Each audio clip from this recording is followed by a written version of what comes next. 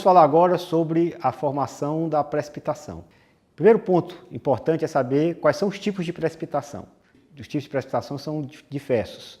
Vamos ter a precipitação que é chamada de chuva, vamos ter a precipitação chamada de neve, vamos ter precipitação na forma de orvalho, vamos ter precipitação na forma de granizo. Então, são diferentes as formas que vão acontecer a precipitação, que é exatamente a saída da água que vai estar na atmosfera para a superfície. Essa transformação da água e saída da água da atmosfera para a superfície é que a gente denomina de precipitação. Se for na forma líquida, a gente vai chamar de chuva.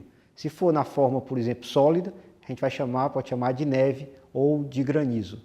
E também pode acontecer que essa água se precipite sobre a superfície de forma direta, é que a gente vai chamar de orvalho. Então, todas essas formas são formas de ocorrência da precipitação.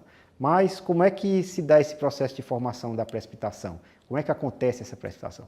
Na realidade, a gente vai ter 4 fases importantes na formatação, né, do processo de precipitação. A primeira fase diz respeito exatamente às condições que vão fazer com que uma parcela de ar, que está próxima à superfície, né, ela suba, né, e essa parcela de ar, ao subir, vão acontecer alguns processos nela de expansão e de resfriamento, e nesse processo de expansão e resfriamento vai existir condições de a água sair do estado de vapor para o estado líquido e acontecer um processo de condensação.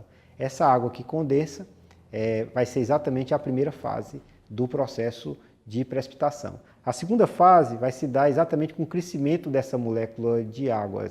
A água na forma líquida, ela vai estar ainda num volume relativamente pequeno e com pouco peso, e com isso ela não vai conseguir precipitar para a superfície, porque vão existir circulações de ar que vão tentar manter essa água em suspensão na nuvem, né? Então, essa gotícula de água, começa a precipitar, ela precisa crescer de tamanho. Então, o primeiro processo de crescimento de tamanho, que vai fazer com que a água chegue a uma ordem de grandeza de 20 micrômetros, é exatamente que a gente vai ter que ser utilizado núcleos de condensação. O que são núcleos de condensação? São poeiras, são aerossóis que vão estar na atmosfera, argilas que vão estar na atmosfera, e elas são pequenas partículas que vão estar aqui com cargas elétricas aqui na sua casca, no seu envoltório, porque são partículas pequenas. Essas cargas elétricas são cargas elétricas negativas. A água é uma molécula bipolar, com isso ela vai começar a ter uma aderência a essas partículas. E com isso vai começando a crescer, né, esse tamanho dessa partícula de água a partir desse efeito aqui eletrostático, né? Esse primeiro processo com a utilização de núcleos de condensação, a gotícula de água vai chegar até uma ordem de grandeza de 20 micrômetros. O tamanho dessa gotícula de água ainda é insuficiente. O peso dela não consegue vencer as forças de arrasto que vão tentá-la manter em suspensão. Em função disso, para que ela cresça, é preciso que ela continue, para que ela precipite, é necessário que ela continue a crescer. E esse processo de crescimento, para chegar num tamanho crítico, onde aconteça a precipitação, é que diz respeito à terceira fase do processo de formação das chuvas. Essa terceira fase consiste exatamente num crescimento da gotícula de água desse tamanho de 20 micrômetros até chegar ao tamanho, ao diâmetro crítico, que vai estar em torno de 2 milímetros a 3 milímetros de tamanho dessa gotícula de água. Então, essa gotícula de água que vai precipitar, para que ela cresça a esse tamanho, vão existir 2 processos. Um processo que vai acontecer em nuvens quentes e um outro processo que vai acontecer em nuvens frias.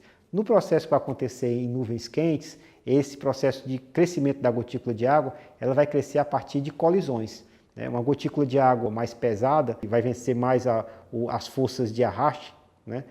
Então, em função disso, a gotícula de água mais pesada, maior, ela vai ter uma velocidade de queda maior do que as gotículas menores, mais leves. Então, com isso, a gotícula mais pesada vai como se estivesse atropelando as gotículas de água menor. Esse processo de colisão que vai acontecer entre essas gotículas de água, nós vamos denominar esse processo de coalescência. Então, em nuvens quentes, nuvens que estão com temperaturas acima de 0 grau, o processo hegemônico de crescimento das gotículas de água vai se dar através de coalescência, ou seja, dessas colisões que vão acontecer entre as diferentes gotinhas de água que estão na nuvem. Um outro processo, que é o processo que vai se formar em nuvens frias, que são as nuvens onde nós vamos ter as grandes tempestades, os cumulonimbus, são nuvens mais profundas, nuvens em que a temperatura do topo dessa nuvem pode chegar a menos 70 graus.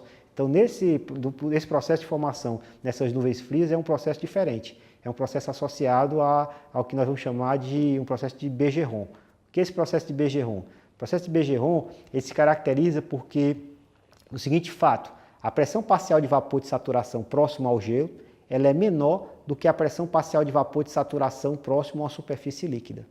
Então, essa diferença é que vai fazer com que o gelo cresça e a gotícula de água comece a diminuir, como vocês estão vendo aí nessa transparência que está sendo apresentada aqui na tela. Então, como a pressão parcial de vapor próximo ao gelo é menor do que a pressão parcial de vapor próxima à superfície líquida, vai existir um gradiente de umidade da região próxima à superfície líquida com relação à região próxima ao gelo. Então, as moléculas de água que estão próximas à superfície líquida vão se aproximar do gelo.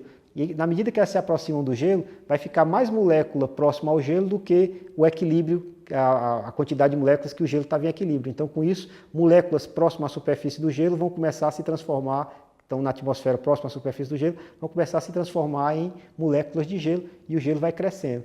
E, inversamente, aquelas moléculas que saíram próximo à água, próximo à atmosfera, que estava próximo àquela gotinha de água, vai acontecer um desequilíbrio. Por quê? Porque a quantidade de moléculas vai ser menor do que a que entra em equilíbrio, com isso a água começa a ceder moléculas para a atmosfera. Então a gotícula de água começa a diminuir de tamanho e o cristal de gelo começa a se expandir. Com isso o cristal de gelo vai crescendo e ao crescer ele vai chegar a um tamanho crítico que o peso dele vai vencer as forças de arraste que vão tentar mantê-lo em suspensão, né, junto aqui à nuvem. E aí começa o processo de precipitação.